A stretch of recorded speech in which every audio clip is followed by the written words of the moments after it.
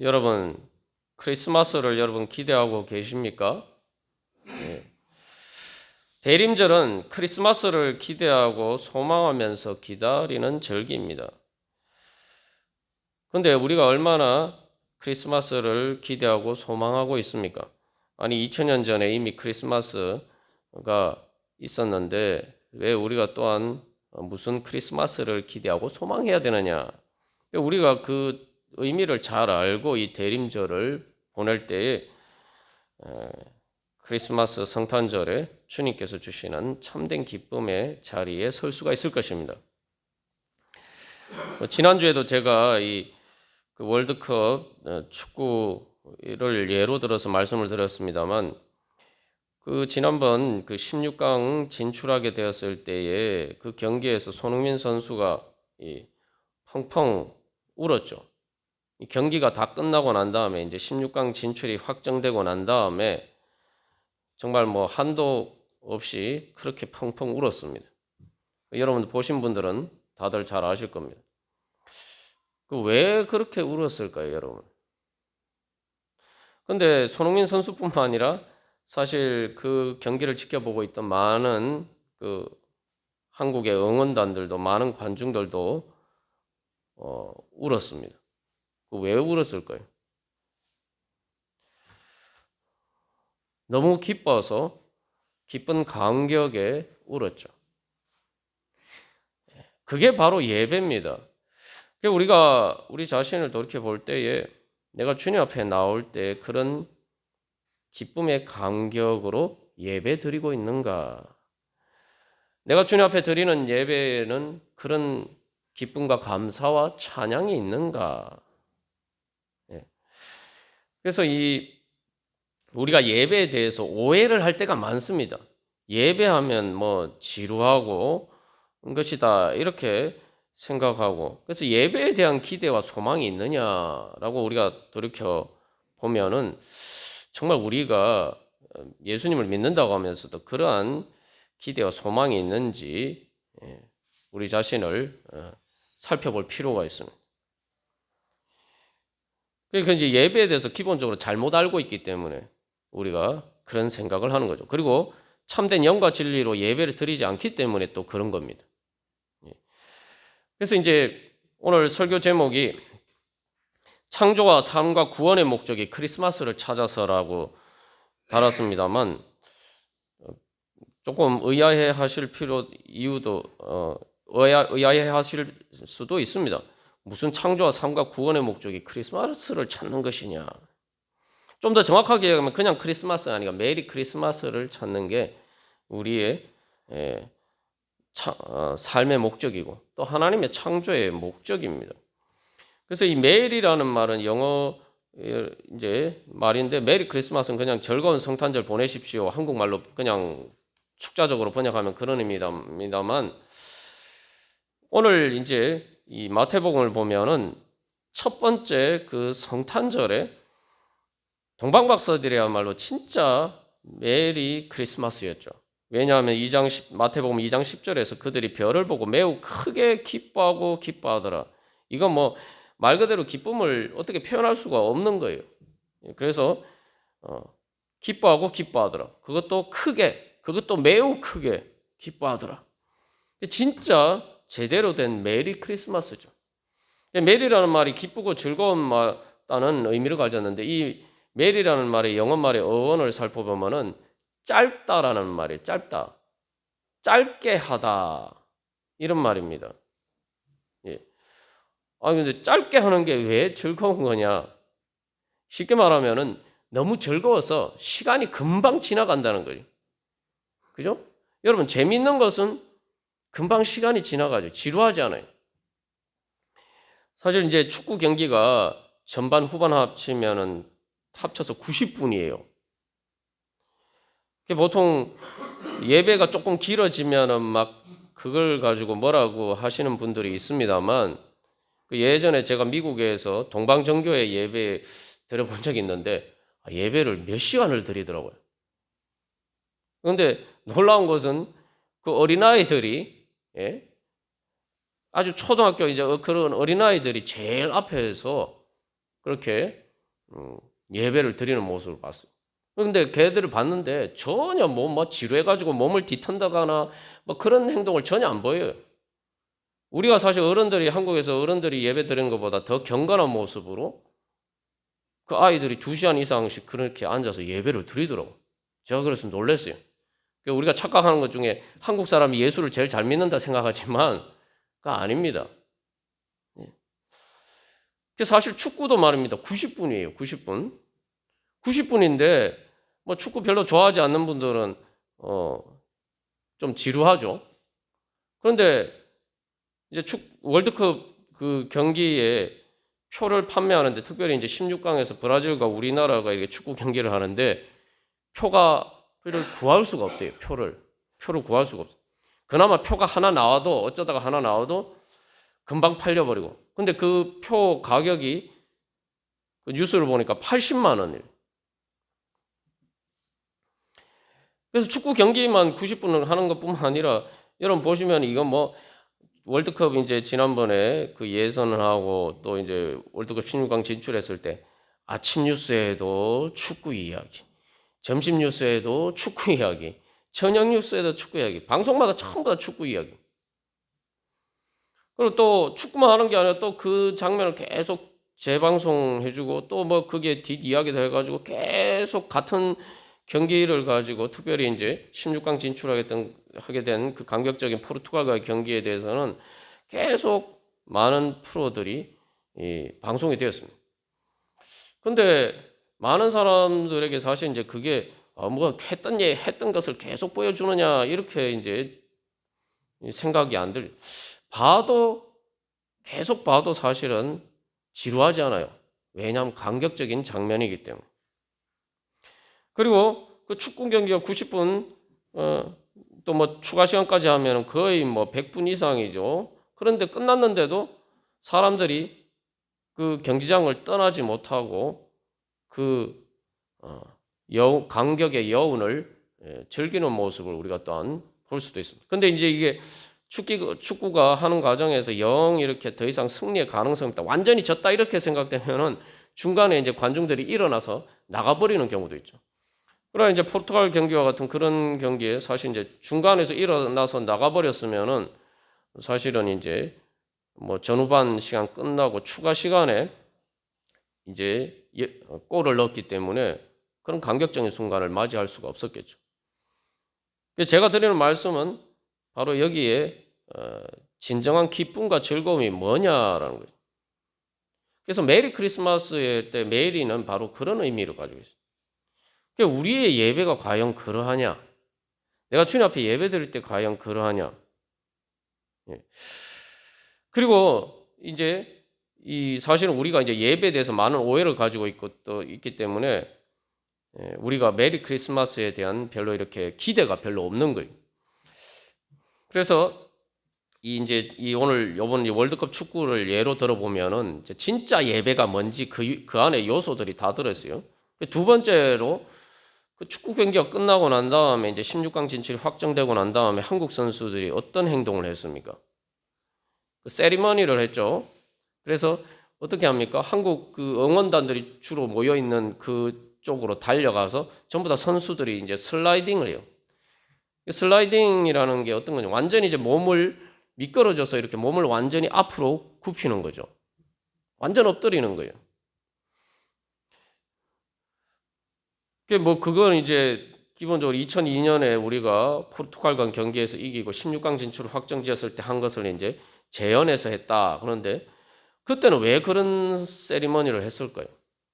바로 이제 사실은 한국 응원단에게 기뻐하고 감사하면서 같이 그렇게 그 즐거움을 나누고자 그렇게 세리머니를 한 거라고 볼 수가 있습니다. 뭐 어떤 의미에서든 어쨌든 간에 사실 이제 그렇게 슬라이딩 세리머니의 그 모습이 바로 이제 하나님 앞에 예배할 때에 엎드리는 모습이에요. 그래서 오늘 동방박사들이 예수님께 경배할 때도 마태복음 2장 11절에 보면은 엎드려 경배하고 엎드려서 경배하고 그래서 진짜 감격스러우고 진짜 감사하면은 내 몸이 저절로 엎드려져요.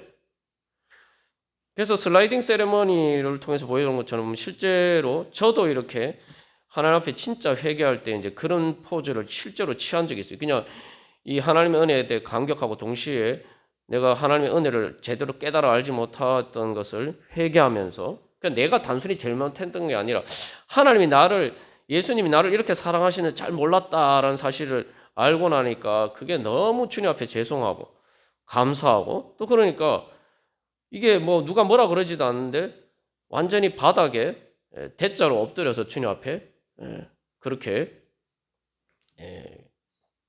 감사하면서 회개했단 말이죠. 이게 역설적인 게 감사하면서 회개. 진짜 회개는 진짜 진정으로 감사의 마음이 우러나올 때에 진짜 회개가 되는 겁니다. 그래서 저도 주님 앞에 그렇게 엎드린 적이 있고, 또 어떤 때는 정말 그래서 그런 마음으로 우리가 주님 앞에 나가는 게 그게 바로 이제 말 그대로 슬라이딩 세레머니와 같은 거죠. 그게 진정한 예배입니다. 우리의 예배 가운데 그런 것이 있느냐. 그래서 이제 한국에는 그런 게 없습니다만 이제 미국 사람들은 제가 여러 번 말씀드렸지만 미국 사람들은 일상생활에서 무릎을 안 꿇잖아요. 무릎을 안 꿇어요. 그런데 미국 교회 그 예전에 그 전통적인 예배당에 가면은 앞에 조그만 의자가 있어요. 그래서 이게 제끼면은 거기에 무릎을 딱 대고 꿇게 돼 있어요.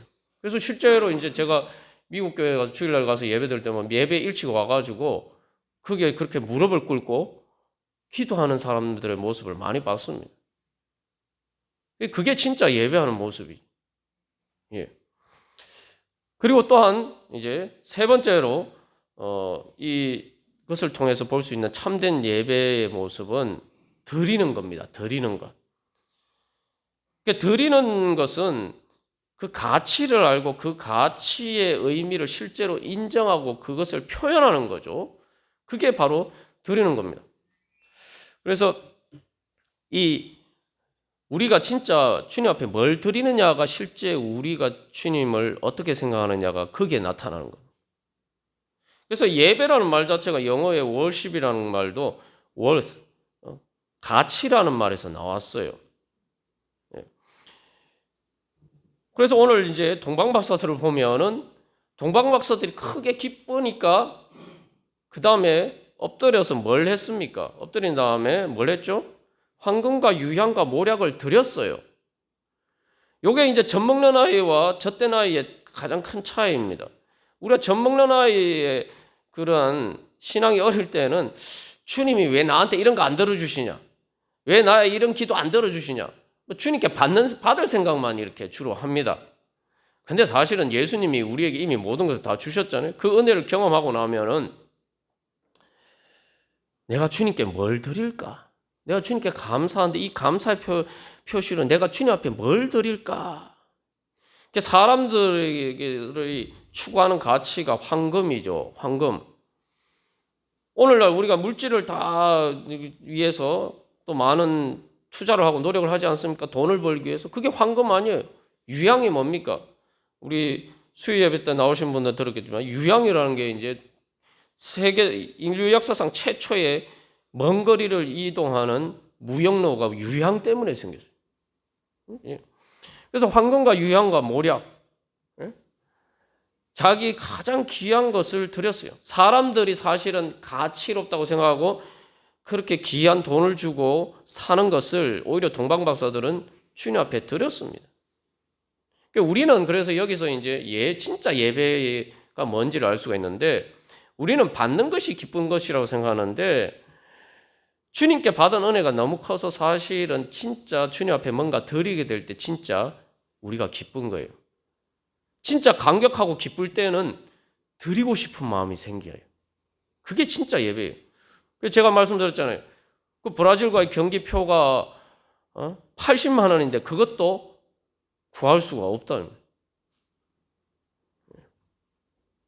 그래서 16강 진출하니까 사실 이제 브라질 팀은 자기들이 우승까지 갈 걸 알고 미리 딱 16강부터 이미 다 표를 예약해놔 버린 거예요. 근데 한국은 뭐 16강 갈지 안 갈지도 모르고 그러니까 비행기 표를 딱 그 저기 예선전만 보고 가려고 비행기표를 끊어 놓았던 사람들이 많았단 말이죠. 근데 16강 진출하니까 부랴부랴 비행기 취소하고 뭐 거기 당연히 수수료가 들겠죠. 다시 이렇게 표를 구하려고 했는데 그것도 쉽지 않았대요. 그리고 뭐 축구 월드컵 응원할 때도 보면 그렇습니다. 추운데 집에서 보면 되지. 또 뭐 다른 일 하면서 보면 되지 않은데 진짜 보는 사람들 일부러 딱 그 경기를 즐기려고 집중하려고 그렇게 이제 예배 같이 모여서 이제 응원을 하죠. 저도 이제 미국에 있을 때 그 한인 교회에서 교인들끼리 월드컵 때 같이 모여서 한국팀 응원하고 그랬는데 이게 보니까 집에서 그냥 혼자 보는 거하고 수많은 사람이 같이 모여서 응원하는 게 완전히 분위기가 다른 거예요. 이 재미와 즐거움이 차원이 달라요. 그게 바로 예배입니다.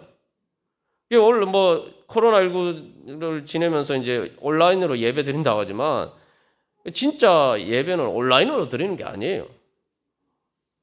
사람들 다 집에서 TV 볼 수 있는데 그래서 그 선수들이 슬라이딩 세리머니를 그 경기에 직접 보러 와서 응원했던 그 우리나라 응원단을 향해서 슬라이딩 세리머니를 했는데 진짜 그 사람들은 그런 세리머니를 받을 자격이 있어요. 왜냐하면 그 비싼 돈을 들여서 그렇게 그 선수들을 응원했기 때문에. 그게 이제 뭐 사실 TV로 보는 것과 다른 차원이 다른 간격이 있는 거죠. 그게 예배입니다. 진짜 가치가 있다고 생각하면은 이 뭐 그 축구 경기 90분 보는데 돈 80만 원 투자하는 거 아깝지 않은 거예요. 내가 진짜 가치가 있다고 생각하면 그렇게 투자를 하는 거죠. 그게 바로 예배입니다. 그래서 예배는 나에게 영광스러운 그 예배입니다. 내가 예배가 지루하고 재미가 없다고 생각하면 나는 예배를 드리는 게 아니에요, 그게. 그래서 가치라는 건 뭡니까? 목적이에요. 내 목적이에요. 그래서 내가 가치 있다고 생각하면은 사람이 어떤 반응을 보이게 됩니까? 첫 번째로 그것에 참여하고자는 하는 마음이 듭니다. 참여한다는 게 뭐냐면은 그거 내 것으로 만들고자 하는 말이에요. 쉽게 말하면은 우리 대한민국 팀이 이겼을 때 나도 같이 응원하면서 나도 그 승리의 기쁨을 같이 누리고자 하는 그런 마음이 드는 거예요. 참여하고자 하는 마음. 참여하고자 하는 마음은 그것을 내 것으로, 거기에도 내 목도 있다. 내 것이다. 내 것으로 만들고 싶다. 그런 열망이 들어요. 그게 이제 하와가 뱀의 유혹에 넘어갔을 때 선악과를 봤을 때 탐스러웠다. 내가 그것을 먹고 싶다. 이런 욕망이 들었잖아요. 내가 진짜 가치가 있다고 생각하고 내 목적으로 추구하고 내 영광으로 생각하는 내가 진짜 예배하는 것은 간절하게 구하고 찾고 문을 두들깁니다.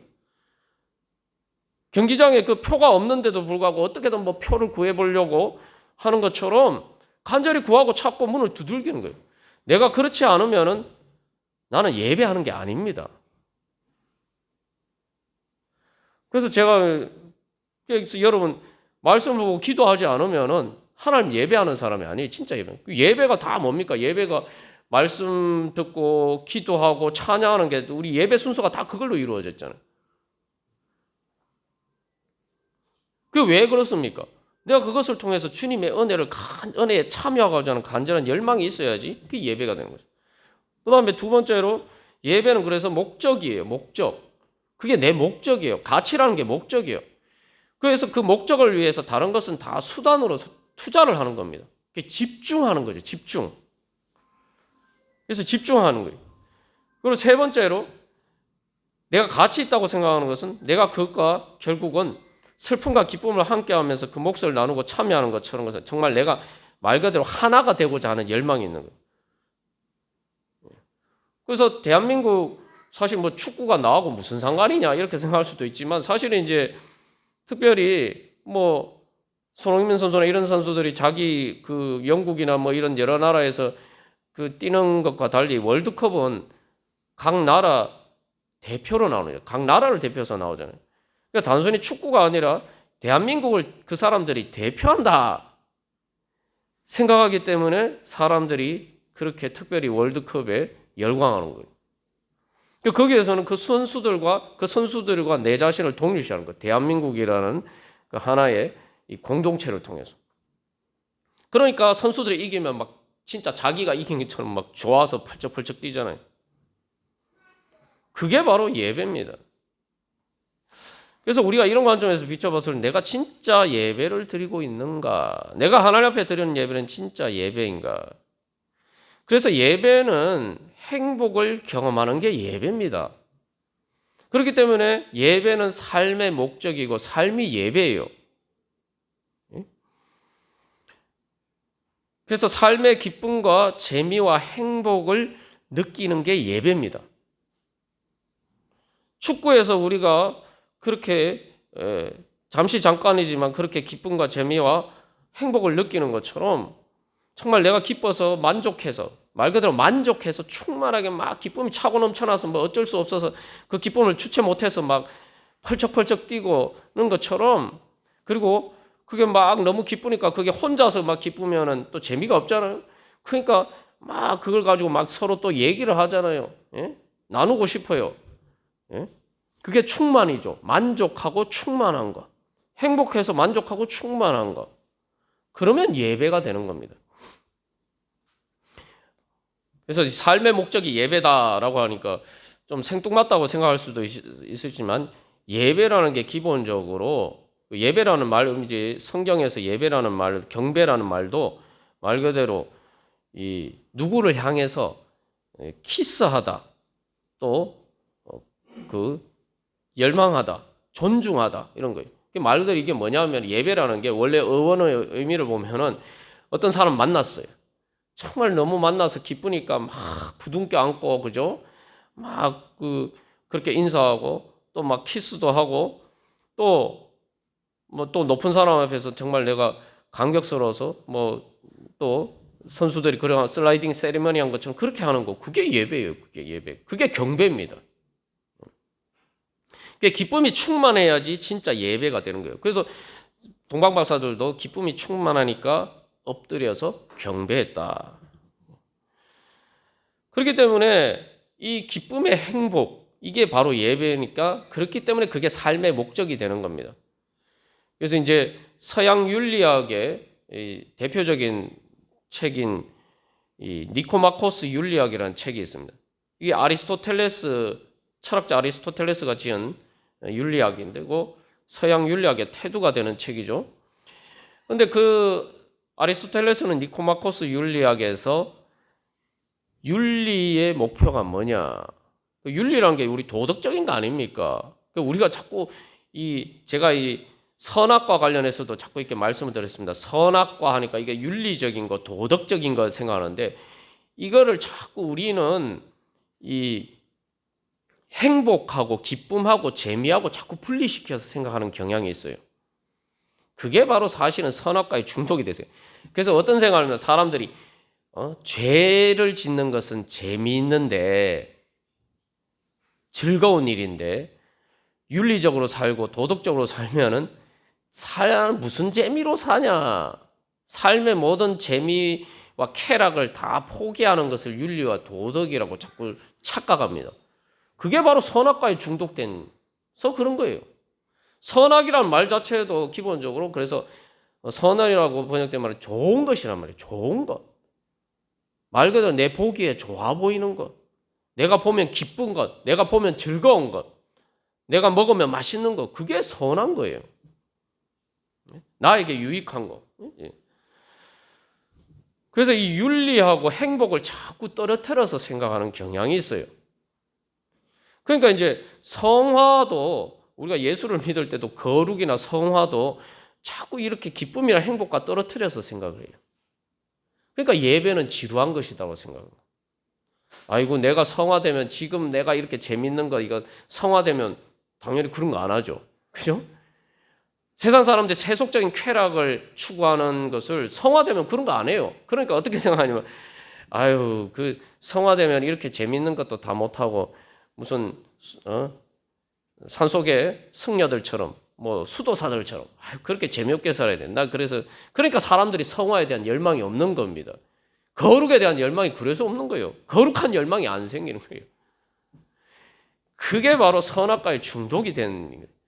그래서 이 신앙을 떠나서 세속적인 뭐 예전에 기독교에서 이교도라고 얘기하는데 예수를 안 믿는 아리스토텔레스 철학자도 그의 윤리학에서 도덕의 가장 선한 게 뭐냐? 윤리학의 목적은 행복이라고 얘기해요. 해피니스, 영어로 해피니스. 윤리학의 목적은 행복입니다. 그게 또 성화의 목적이기도 해요. 그래서 아리스토텔레스는 선이라는 게 뭐냐? 도덕적으로 사는 것은 그냥 사는 것이 아니라 행복하게 사는 거예요. 그러니까 죄를 지으면 행복하게 산다고 생각하는데 사실은 죄를 지으면 불행하게 되는 거죠. 마치 젖떼기를 싫어하는 어린아이가 계속 엄마 젖을 먹어야 행복할 것이다 생각하는. 여러분, 아이가 크는데도 계속 엄마 젖 먹으려고 하면은 젖을 못 떼면은 과연 그 아이는 행복한 삶을 살 수 있습니까? 그런데 왜 아이는 젖떼기를 싫어할까요? 거부할까요? 그게 젖을 먹는 것, 계속 엄마 젖을 먹는 게 행복한 것이라고 생각이 돼요. 그럼 그게 행복한 게 아니에요. 선악과가 마찬가지 아닙니까? 선악과 먹으면 행복하게 될 줄 알았는데 행복하지 않은 거기 때문에 하나님이 정령 죽으리라 말씀하신 것은 선악과를 먹으면 진짜 죽는다는 거예요. 죽는다는 것은 살아도 산 게 아닌 게 된다 이 말이죠. 살아도 산 게 아닌 지옥같이 산다는 거예요. 선악과를 먹으면은. 선악과를 먹으면은 너희들이 죽는다. 하나님 이 말씀하신 건 선악과를 먹으면 너희들이 지옥처럼 살게 될 것이다. 너희가 행복하지 않을 것이다. 그러니까 선악과를 먹지 말라고 이 말씀하시는 거예요. 그래서 오늘 이 사마리아 여인이 예수님을 만났어요. 그런데 사마리아 여인의 목적은 사마리아 여인의 머릿속에 가득 찬 것은 어떻게 내가 지금 빨리 동네 사람들 부끄러워서 다른 사람 물기로 나올 때 물깃지로 나오지 못하니까 혼자 몰래 사람들 물기로 우물에 안 나올 때 자기 혼자 나왔어요. 그래서 빨리 이게 물을 길어서 가려고 하는 게 자기 목적이고 또 그 사마리아 여인의 목적은 어떻게든 내가 좀 행복하게 살고 싶은 게 자기 목적이었어요. 그러니까 예수님이 거기에 대해서 너가 너를 행복하게 해주겠다. 그래서 내가 영원히 목마르지 않은 물을 주겠다. 이게 뭡니까? 쉽게 말하면 만족할 수 있게 해주겠다는 거예요. 그냥 만족이 아니라 영원히 충만하고 만족하고 행복하게 해주시겠다는 거예요. 하나님이, 예수님이. 그러니까 사마리아니 그런 거 있으면 저한테 주십시오라고 얘기하니까 예수님이 거기에 대한 해답으로 뭘 주셨습니까? 네가 행복하려면은 그래 내가 영생의 생명수를 주겠다. 영원히 목마르지 않은 생명수를 주겠다. 그러려면 네가 영과 진리로 예배를 해라. 영과 진리로 예배를 해라. 그리스도를 만나서 내가 그리스도니까 나를 따르라. 나를 믿고 따르고 그래서 영과 진리로 하나님께 예배해라. 그러면 네가 참된 행복을 누릴 수 있을 것이다. 예수님께서 주신 해답이 바로 그겁니다. 여러분, 사마리아 여인의 입장에서 그게 정말 해답이 됐을까요? 여러분은 어떻게 생각하십니까? 그래서 이 사마리아 여인이 지금 사마리아 여인의 필요를 예수님이 채워주시기 위해서 일부러 사마리아로 가셔서 그 여인을 만나 주셨는데 그래서 거기에 주신 대답이 예배에 대한 이야기. 사마리아 여인이 자기 삶이 축구 16강 진출이 확정되고 난 다음에 선수들이 열광하면서 막 기뻐하고 다 마치 너무 기뻐서 막 펑펑 우는 것처럼 예수님이 사마리아 여인의 삶을 그렇게 만들어 주시겠다는 거예요. 그게 영과 진리로 드리는 예배예요. 그래서 이거 만족이죠. 만족. 행복하게 사는 것은 목마름을 채워주는 만족이에요. 그래서 사실은 우리가 축구에 월드컵에서 16강 진출했다고 우리의 삶이 얼마나 달라지겠습니까? 선수들은 모르겠지만 그러나 왜 사람들이 기뻐할까요? 세상 사는 게 참 힘들잖아요. 삶이 고달프잖아요, 솔직히 말해서. 그런데 여러 가지 어두운 소식들도 많고 그런데 그런 어쨌든 나를 대표하는 내가 참여하는 바로 뭔가 그래서 축구라는 하나의 상징이지만 뭔가 그렇게 불가능한 일처럼 보이는 것들이 뭔가 이루어지는 걸 보면은 저런 일이 현실로 일어나는 걸 보면 그래도 기쁘고 우리가 다시 소망을 가지고 살아갈 수 있게 되는 거 아닙니까? 그래서 뭐 예전에 IMF 때도 뭐 박세리 선수나 뭐 또 박찬호 뭐 또 야구 선수나 뭐 이런 사람들이 국민들에게 희망을 줬다는 게 뭐 내가 뭐 야구하고 골프하고 직접 관련이 있어서 그런 게 아니라 그 사람들 보면서 나도 열심히 노력해서 뭔가 소망이 있겠구나. 그런 소망을 가지기 때문 아닙니까?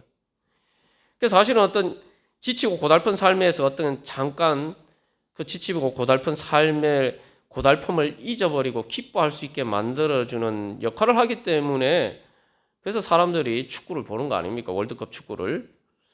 그게 이제 일종의 목마름을 잠시 잠깐 채워주는 거죠. 갈증을 채워주는 거예요. 근데 예수님께서 주시는 것은 영원히 우리의 그런 갈증을 채워주시겠다. 그게 바로 주님께서 우리를 참된 영과 진리로 드리는 예배로 부르신 겁니다.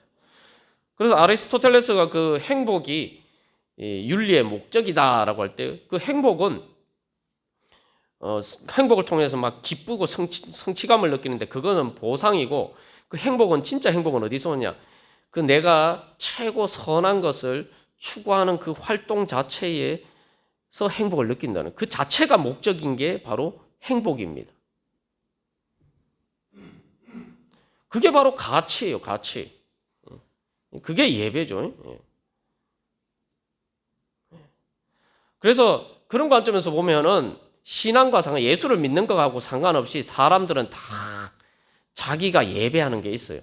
사람들이 사는 것 자체가 사실은 다 예배입니다. 그 예배 대상이 뭐냐가 다른 것 뿐이지 우리가 사는 것 자체가 다 어떤 가치나 목적을 가지고 살아가기 때문에 우리의 삶 자체가 그래서 예배예요.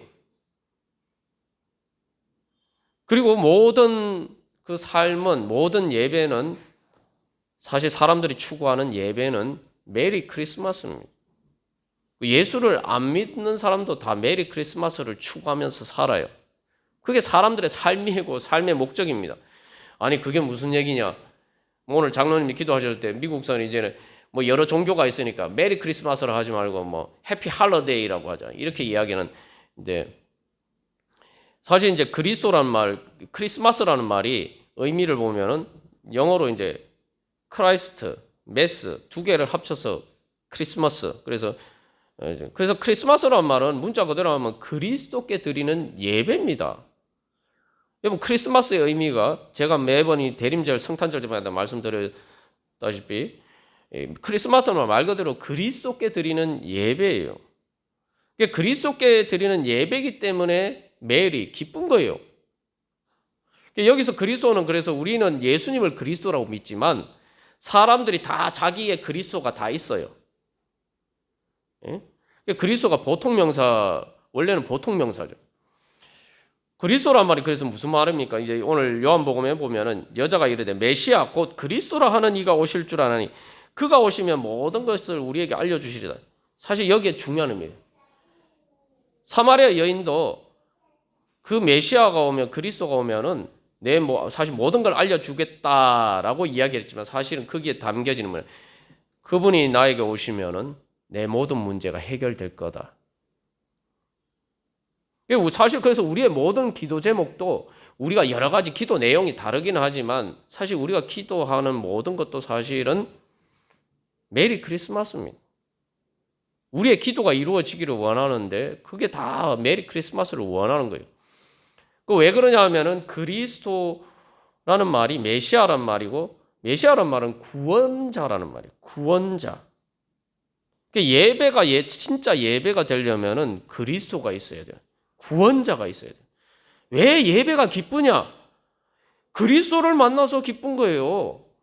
다시 말하면은 내 삶의 구원자가 나타났기 때문에 기쁜 거예요. 그러니까 모든 예배는 사실 크리스마스입니다. 그리고 크리스마스는 매일이 한 거예요. 기쁜 거예요. 그러니까 그리스도는 구원자. 구원이란 건 뭐 승리를 가져다 주는 사람이에요. 승리의 기쁨을 주는 사람이 그리스도예요. 축구 경기를 보면은 사람들이 축구 선수한테 특히 이제 손흥민 선수가 있으니까 그래도 우리가 그만큼 잘할 수 있었기 때문에 그래서 사람들이 손흥민 선수를 그렇게 막 월드컵에 부상당했는데 아이고 참 그 참가 못하면 어떡하나 기대하고 있었던 거예요. 그럼 이번에도 뭐 보면은 예를 들면 이강인 선수가 막 또 교체로 투입이 됐는데 선수들이 다 힘들고 지친 때 이강인 선수가 들어가니까 갑자기 들어가자마자 분위기가 싹 달라져서 조규성 선수가 순식간에 2골을 넣어버렸단 말이에요. 그리고 황희찬 선수도 골을 못 넣는 우리가 1대1로 비기고 있었는데 한 골이 정말 간절하게 필요한데 후반에 황희찬 선수가 딱 들어가자마자 그죠? 손흥민 선수가 협조해가지고 황희찬 선수가 골을 넣었단 말이에요. 그래서 승리의 기쁨을 가져야 돼요. 그게 바로 구원자 그리스도라는 의미예요. 우리의 삶의 소망이 뭡니까? 내 삶의 문제가 해결되고 내 삶이 행복하도록. 그래서 삶의 성공을 사람들이 다 추구하면서 사는데 쉽게 말하면 삶의 성공을 다루면 승리라는 말, 이긴다는 승리로 표현할 수 있죠. 삶의 성공과 승리를 가져다 주는 사람이 바로 그게 구원자고 그게 그리스도예요. 그러니까 우리가 살면서 다 소망하지 않습니까? 내가 승리에 대한 소망, 행복에 대한 소망, 내 삶의 성공에 대한 소망들이 있어요. 바로 그것을 가져다 주는 게 구원자고 그게 바로 그리스도예요. 그렇기 때문에 우리는 나에게 내 삶의 승리를 가져다 주고 나에게 행복을 주고 나에게 성공을 가져다 주는 것이 무엇이라고 자기가 생각하는 게 다 있죠. 자기가 생각하는 그리스도가 있어요. 그것을 그래서 예배하고 가치를 두고 추구합니다. 사마리아 여인에게 있어서 원래 그리스도는 사실 뭐 메시아 그리스도를 얘기했지만 사마리아 여인은 남편이 5이 있었다라고 했죠. 지금 있는 자. 그러면 이 남편이 도대체 뭐 6명이냐? 남편을 5명이나 교체 선수로 교체했단 말인가? 어떻게 보면은 사마리아 여인은 새롭게 남편을 바꿀 때마다 이 남편이 나에게 내 삶을 행복하게 해주기를 바래서 그렇게 남편을 바꿨을 좀 5번이나 바꿔봤는데도 행복하지 않아요, 그런데. 그래서 남편을 바꿀 때마다 이 남편이 정말 나의 구원자, 내 삶을 행복하게 만들어줄 그리스도라고 생각했는데 아닌 거예요. 바로 그래서 그런 사마리아 여인에게 예수님이 다가오셔서 내가 바로 그리스도다. 내가 바로 그리스도다.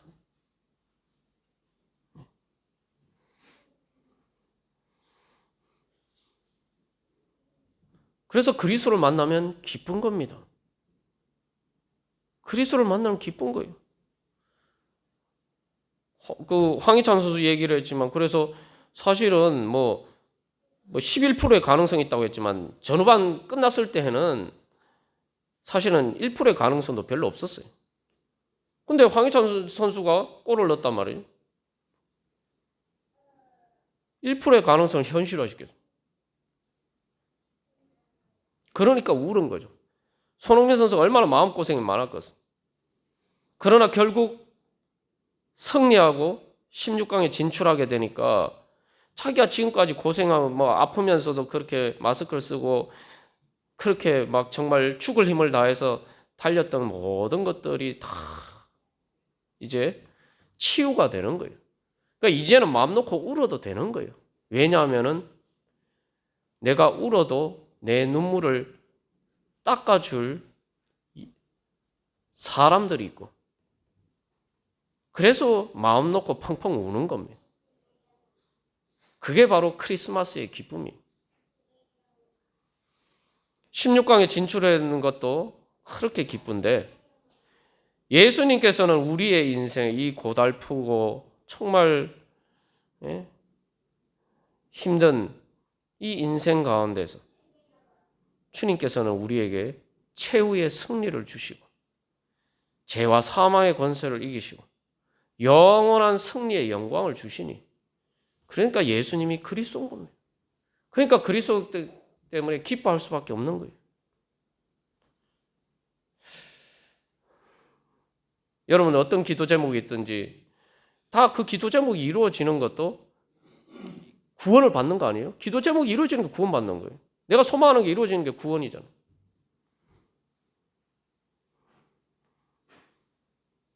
세상에 누가 우리의 소망을 이루어 줄 수 있고 우리에게 진정한 승리를 가져다 줄 수 있습니까? 승리의 영광을 줄 수 있습니까? 오늘 동방박사와 사마리아 여인은 예수님이 바로 그리스도, 내가 경배할 그리스도로 만났습니다. 여러분, 이 대림절 기간에 다시 한번 내가 정말 크리스마스를 기대하고 있는가? 내가 예수님을 통해서 그 크리스마스를 기뻐하는 메리 크리스마스를 맞을 수 있다라고 정말 그것을 소망하면서 내가 기대하면서 주님을 구하고 찾는가? 예수님이 사마리아인에게 말씀하셨죠. 네가 만일 하나님의 선물과 또 내게 물 좀 달라 하는 이가 누구인 줄 알았더라면 네가 그에게 구하였을 것이다. 네가 내가 누군 줄 알았으면, 내가 그리스도인 줄 알았으면 네가 구했을 것이다. 우리는 아직도 그리스도를 알지 못해서 축구 경기에, 월드컵 축구의 감격만큼의 감격으로 예배드리지 못하는 겁니까? 그 아직도 우리가 그리스도를 모르는 거예요. 예수님이 그리스도인지 믿지 않는 겁니다. 우리 다시 한번 주님, 제가 이제 정말 예수님을 그리스도로 믿고 정말 진정으로 메리 크리스마스를 소망합니다. 주님, 그 은혜 주시옵소서. 우리 함께 기도하겠습니다. 우리 한 주간 기도문 함께 서로 교독하고 우리 같이 기도드리겠습니다. 1번 제가 읽겠습니다. 하나님의 뜻대로 메리 크리스마스가 제 인생의 목적입니다.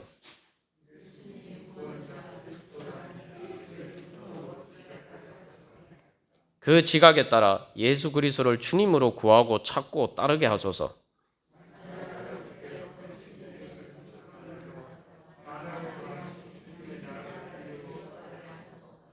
그리스도의 영으로 저를 주장하여 주셔서 말씀이 제 생각을, 찬양이 제 감정을, 기도가 제 의지를 지배하게 하소서. 제 몸으로 사는 삶으로 산제사를 드리게 하소서. 우리 이 시간 주님, 예수님이 저의 그리스도입니다. 제가 헛된 것, 사마리아 여인처럼 헛된 것을 그리스도인 것처럼 가치를 두고 살았는데 주님, 예수를 믿는다고 하면서도 예수님이 진짜 제 그리스도인 줄 몰랐습니다. 주님, 제가 다시 한번 예수님을 그리스도로 만나기를 소망하면서 주님 앞에 나아가오니 주님, 진정한 메리 크리스마스의 축복을 주시옵소서. 우리 함께 기도하겠습니다.